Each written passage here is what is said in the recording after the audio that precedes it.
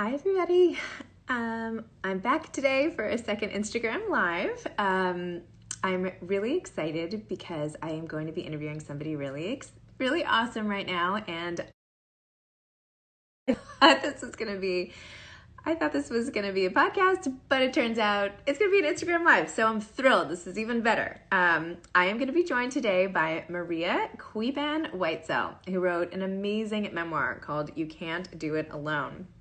And just by way of bio, and then I'll invite her to join us, Maria Whitesell, I hope I pronounced that right, greets millions of Los Angeles viewers daily, each morning as Fox 11's meteorologist. The Whitesell family, including Maria, her late husband Sean, and his brother Patrick, are among big entertainment families in Hollywood. Sean was a writer and producer for television shows, including HBO's Oz, Fox's House, and AMC's The Killing. Maria herself has been on the air and praised by Danica McKellar, Dr. Oz, Lisa Gibbons, and so many more. This is kind of a random bio, but I'm jumping around here. And she has also been on shows as a meteorologist, including my kids' favorite show right now, which they are in the other room watching, Ryan's Mystery Playdate, not Playhouse. So anyway, let's talk to Maria. Her book is sad, amazing. It's called You Can't Do It Alone, A Widow's Journey Through Loss, Grief, and Life After. And it is inspiring, and she is amazing, and I cannot wait to talk to her. So here we go. And thanks for tuning in. My shirt seems to be falling off. Hi, how are you? Hi, can you hear me okay? Hello. Yes. Hi, how are you? I'm well, thank you. I caught a little bit of the introduction. That is so awesome that they watch Ryan's play date. That's Yes. so fun. I actually emailed your publicist as I was researching earlier today, and I was telling the kids, I was like, later today, the person I'm interviewing has been on the show, and they were like, we want to watch it. So I emailed and I was like, could you send me a link to the episode so they can, I was hoping they could watch while we did this, but they're watching another Oh, episode, so I'll find it. yeah, I'll, it's so funny because we did it, or I did it last year, and I haven't even posted that. I should try to grab it and post it because that is such a fun segment that we did, and I brought my young son with us because he's a Oh, fan. He's 9, and I think Ryan just turned 9. So they were really close in age, and they got to say hello. So it was a really fun experience to go to Nickelodeon. It was I amazing. bet. Yeah. I bet. That sounds amazing. They were telling me all about the mystery play date and how exciting it could be. And anyway, whatever. Sounds like a big hit. So, It was fun. It was really fun to do. and I saw you from afar. I'm sure you wouldn't remember. I've been on Good Day LA twice, and I feel like I saw you like through hair and makeup, and I was like, oh my gosh. But anyway, Oh my gosh. Well, belated virtual hugs. yeah. I'm a hugger, and that's why this time is so hard. But okay, next time you come in, we'll have to plan it. So definitely Yes, we'll talk. Hopefully I we'll will. get back to normal soon. Oh, that would be nice. I am so ready. I read your book, which was, oh my gosh. First of all, now I feel like like you and I have already had a 3-hour talk that you didn't know that we Oh, had, It was so good and so heartfelt and all the stuff you've been through. I'm so sorry for your loss. thank I you. really am. I know it was a while ago now, but I am sorry that you've had to go through this in your life. And anyway, I just wanted to start by saying that. I really appreciate that. Thank you. Thank you. Yeah, 4 years now, but it really doesn't feel like it. Sometimes I'll wake up and think, was that really 4 years ago? It does feel like it was just 4 months ago sometimes. Oh Yeah. my gosh. I loved how in your book you not only tell your story, but you give tips for anybody reading it. And not even from you, from your co-author, right? Who Yeah, yes. Lauren Schneider. I was really, really lucky and fortunate to partner up with a licensed clinician who is also an educator and such an expert on grief and loss, and specifically as well with children. So my story was sort of the way in, and I think everyone can relate to my story to some degree. And Lauren just takes out the nuggets and the pockets and really expands it so that it can apply to many other people dealing with some sort of loss or grief. Doesn't necessarily have to be the exact same disease that my husband had gone through. Would you feel comfortable telling sort of the story of what happened? Oh, the yeah, short of version? course. Or I know I feel bad asking you to, like, I mean, I know you No, must tell it no. a lot, but it must be upsetting to, I don't know. You know, to some degree, I did have a live, I think it was yesterday, and it does make me sad to some degree to talk about it, but it's more importantly really a way for me to heal my heart. And to talk about it has been really good for me. So I am embracing hopefully more of these lives and more of these chats so I can talk about not just our experience and also about the book, but mainly really to talk about our love story. And it really helps me to bring back those joyful memories that I have about my husband and my son's father. And I can tell you, I can go back to really quick how we had lived this amazing love story, and we got married late in life.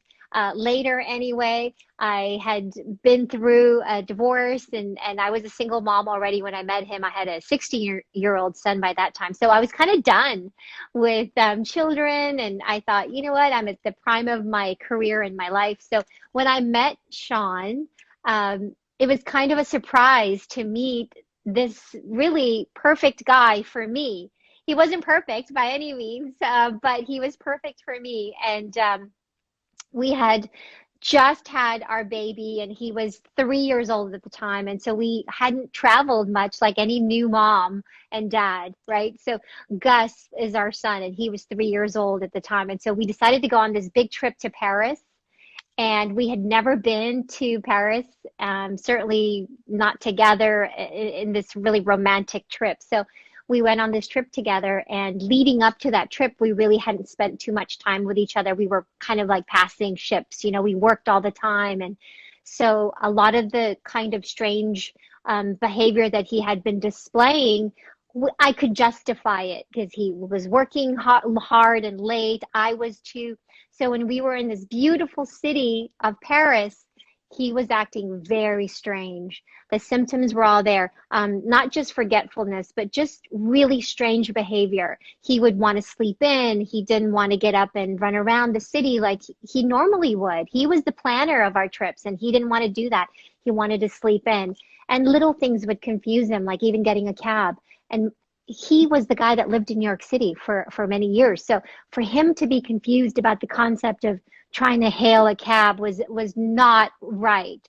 So I made him promise to see a doctor when we got back home, and every day on that trip he got progressively worse. And so I was very, very concerned. And by the time we got back home and make the appointment, it was 2 weeks.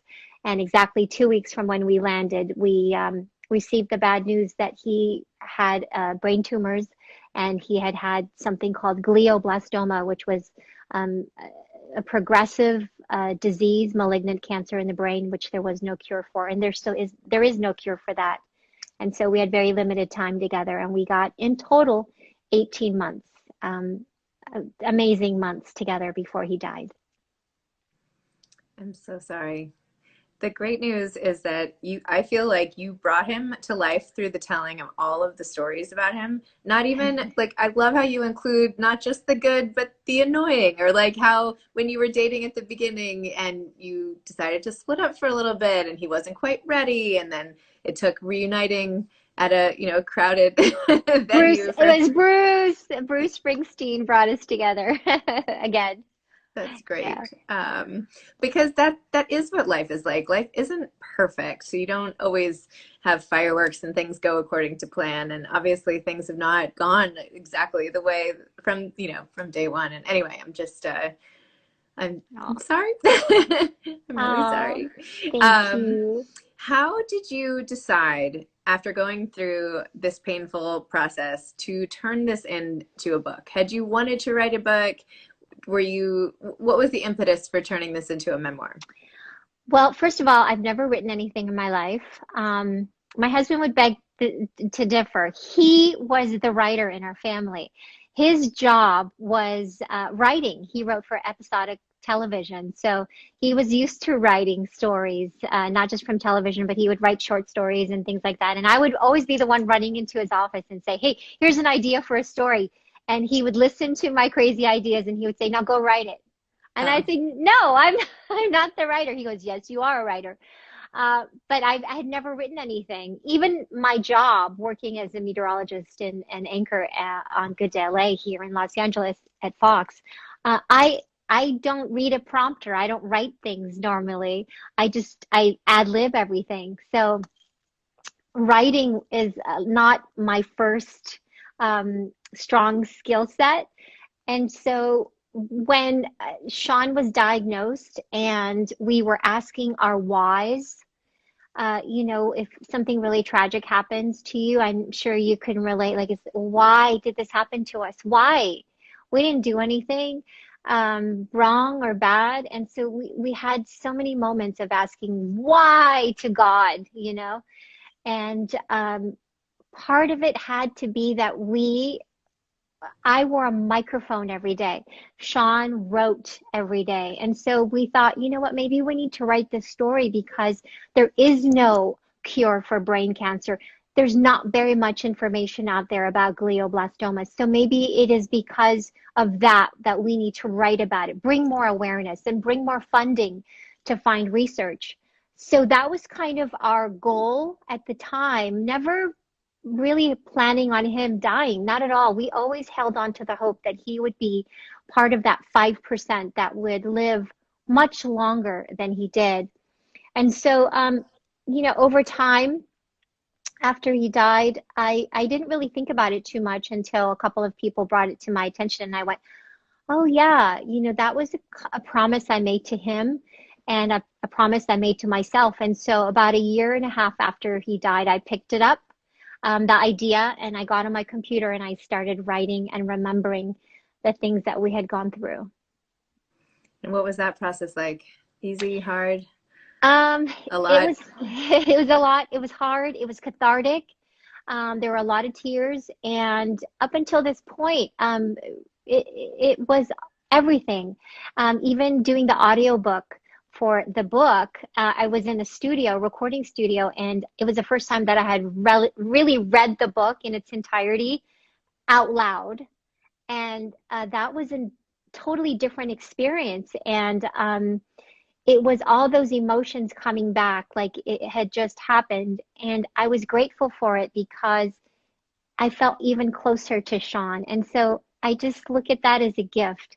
There was pain, but there was so much joy as well. And we have our son. And so I have to look at that. I have to look at the gifts that I have because of it, you know? And it was so moving in the book how you talked about how you can see, his face and Gus's face, and that as Gus is getting older, it brings you closer to Sean in a way as well. Just sort of Absolutely. a Yeah. happy, sad type of moment. Yeah. Um, Yeah. and the part of the book that not the only part, one of the parts that I felt like tied on the heartstrings the most is how you had to deal with yourself and deal with your child at the same time. Like you're already going through this enormous period of grief and loss. And yet, even that first night, even as it's happening, you're taking Gus into consideration. And of course you are, because you're a mom, and that's like what moms do, is think about the kids. But even just ushering, like when he actually dies and having to like not decide, should I tell Gus or should I wait till the morning? And then Gus being upset. It's just like, oh my gosh, it was just so That was emotional. hard. That was really hard. I've got to say, telling or not telling Gus well, waking him up, at that moment was really difficult for me. And I made that decision sort of that night about not waking him up because Sean had died in the middle of the night. And Lauren Schneider, who also authored the clinical part of the book, I shouldn't say air quotes, but Lauren Schneider, who helps many children go through grief, there was a moment where we did discuss sort of this pain that Gus went through because he really did feel a lot of anger that I didn't wake him up to say goodbye to Daddy.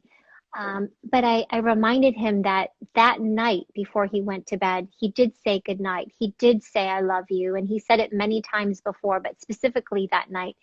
And so I apologized to him that I didn't make that decision for him at the time. But this is why it's so important to seek family therapy, because I didn't have the right words to say um, during that day that he happened to bring it up and ask me why I didn't wake him up.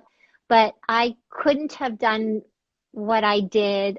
We couldn't have gone through what we've gone through and continue to go through today without our family counselor, our village, I like to say.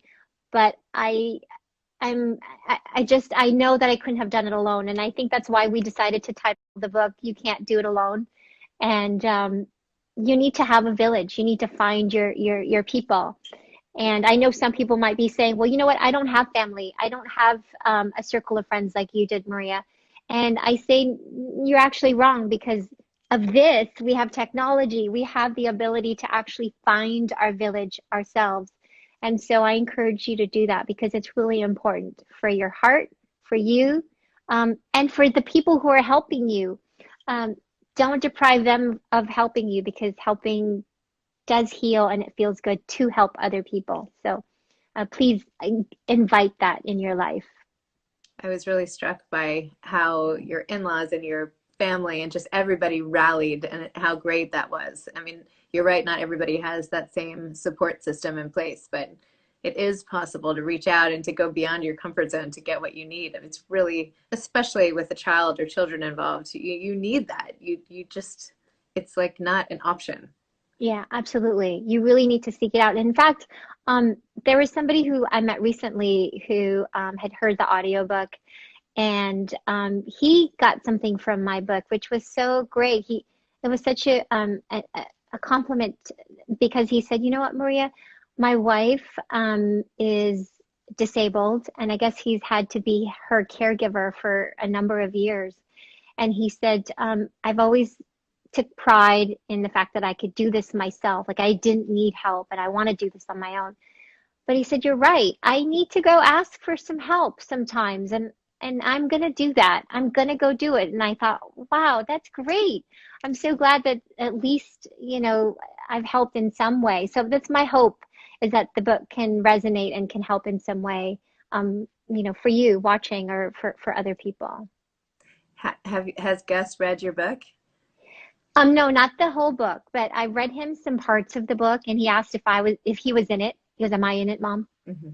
And I said, "Well, I couldn't tell this story without you, Gus. You're an integral part of this story, and I think, your experience is going to help other kids." And so I think he's looking forward to that, maybe talking about it himself. So he's 9, he's a little shy, but he's turning into a little bit of a ham bone. I've been working from home, doing the weather, and so he's kind of snuck into my broadcasts here Oh, and there. nice. So yeah, so he's getting a little bit of the bug, the lights and stuff. Yeah. How, when you were going through this, you have such a public facing job, and you have to be on, and you have to look up and peppy and be energetic and like just be on. How do you do that when inside you're feeling so awful? Oh, I know. I definitely have my moments, and I definitely have my days. And there are days when I don't want to smile, and I don't want to seem like the happiest person in the world, because inside I don't feel that way. But inevitably, I put on the smile, whether it's an artificial smile at first. I kind of force the smile, but at some point I get lost in my work, or I get lost in the day. So there's a way to compartmentalize your thoughts. And so I've been able to do that. And generally, when it's time for me to go to work, I do sort of put away that Maria, and I put on the Maria I'm at work mode. And I also look at it as an escape. It's kind of my excuse to not feel so sad and bad and depressed, if you know what I mean. So in a way, the work has been really good for me. It has allowed me to at least escape from some of the sadness that I can feel, quite a bit, actually. So I'm grateful. I'm grateful for my job, and I'm grateful for the opportunity to just not be in that place of sadness for a part of my day. Yeah. And I look at Gus. I look at him, inevitably I will laugh, because he is a funny kid. So I try to just balance it out. And what is coming next for you now? Do you want to like take this on the road and be like a grief resource to people? Is that, or do you just want to get your story out and sort of move on, or write another book, or what are you Oh my thinking? gosh. All of the above. I don't Mhm. know. I'm gonna just take it one day at a time. And that's sort of been my motto since all of this happened. I feel like I've been in crisis mode since Mhm. Sean was diagnosed back in 2014. And I've learned to just kind of retrain myself to not think too far ahead in the future and just think about today and just the real short term. I'm really proud of myself for finishing the book, actually, because it's been a few years in the making. And so I just want to just take that in and just enjoy the fact that I have finished it. And I would love to talk more about it. And I had plans to travel and go on this uh, concept of a book tour, which in my mind, it's kind of glamorous. But obviously, I've had to pivot from those plans. So we're thinking of different ways of getting the word out for the book because ultimately, I really want it to help not just families who have just been diagnosed with glioblastoma or brain cancer, but any debilitating disease or anyone who's just suffered a loss, going through some grief. I really hope that this book can provide some kind of encouragement to say you aren't alone. So that's my main focus when it comes to the book. I'd love to write another book. I mean, now I can say I've got one. I could try to sit down and do another. I always ask for help from Sean, the writer.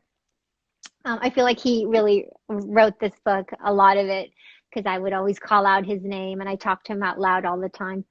But maybe a movie. I don't know. I'm just putting it out there. I would love to see a movie um, made of the book in some way. I'd love to again get the word out about glioblastoma and the need for research and a cure for it. Wow. Maybe there's some way you can partner. I mean, I feel like there's so many people who need what you wrote right in that moment. Like people need to know it. Like maybe there's some way to partner. You've probably thought about all this with hospitals or funeral homes even, Oh, or just ways to get the book right when people need it, right when they're grieving. It would be so powerful. Or grief groups. I mean, anyway, whatever. I'm sure you have marketing people on the case, but on the case. Um, to as many people as I can. I mean, we can all relate to loss. I think everyone has gone through that in the world. So I'd like to get it into as many people's hands as I can. It's a short read. You talk about moms who don't have time to read. I purposely made it really short because I'm one of those people who I don't have much time. But you can get through this in a day. And I hope you get something out of it. And thank you so much for reading it. It Oh, means of so much to course. me. It was Means so great. much. It felt like I was reading, like I was just like sitting talking to you, like I said, that you were just telling me the story. And I always feel so privileged when someone decides to become an author and share their story like that, and that I get to sit there and read and be a part of something so private in their lives that then I get to take that experience and it helps me. So anyway, thank you. No, no, thank you. I'm a reader as well. I love books. And just a real quick sidebar story. Sean and I are both lovers of books, and he's a writer, like I said, but we got married in a library because that's how much we love Oh, books. Yeah, that's so yeah, great. What kind of love books do books. you like? What are some of your favorite types of books to read if you can't think of any specifics? Oh, well, I love all genres. I love horror, so I'm a big Stephen King fan. The first book that I ever fell in love with, well, I shouldn't say, but it was back Island of the Blue Dolphins. I was a little kid, but that was really where my love of reading started. Are you familiar with that book, Island of No. the Blue Dolphins? Then I got into V.C. Andrews, of course, and Uh-huh. all the, attic books. But the book that really changed my life was Leo Buscaglia, and he wrote a book called Living, Loving, and Learning, and that will forever be one of my top 10 books ever to read and reread. So if you haven't yet picked it up, uh, I encourage you to do it. He is the author of Love, and so this book could change your life. I don't know, it changed my life, definitely. Wow. All Yeah. right. Excellent. Well, thank you so much. Thanks for coming on the podcast, the Instagram Live, and thanks for sharing Oh, your sad experience, which has become an inspiring one for and a helpful one for so many other people. So very selfless of you to do. thank thank you so much for having me on, and I look forward to seeing you on when you come back to Good Day LA. Yes, that'd be great. Okay. Bye, Maria. Bye. Bye. Okay. Um, okay, thank you to everybody for tuning in. Again, that was Maria Whitesell, Maria Whitesell. You can't do this alone. I hope you guys have a great night, and I'll see you tomorrow.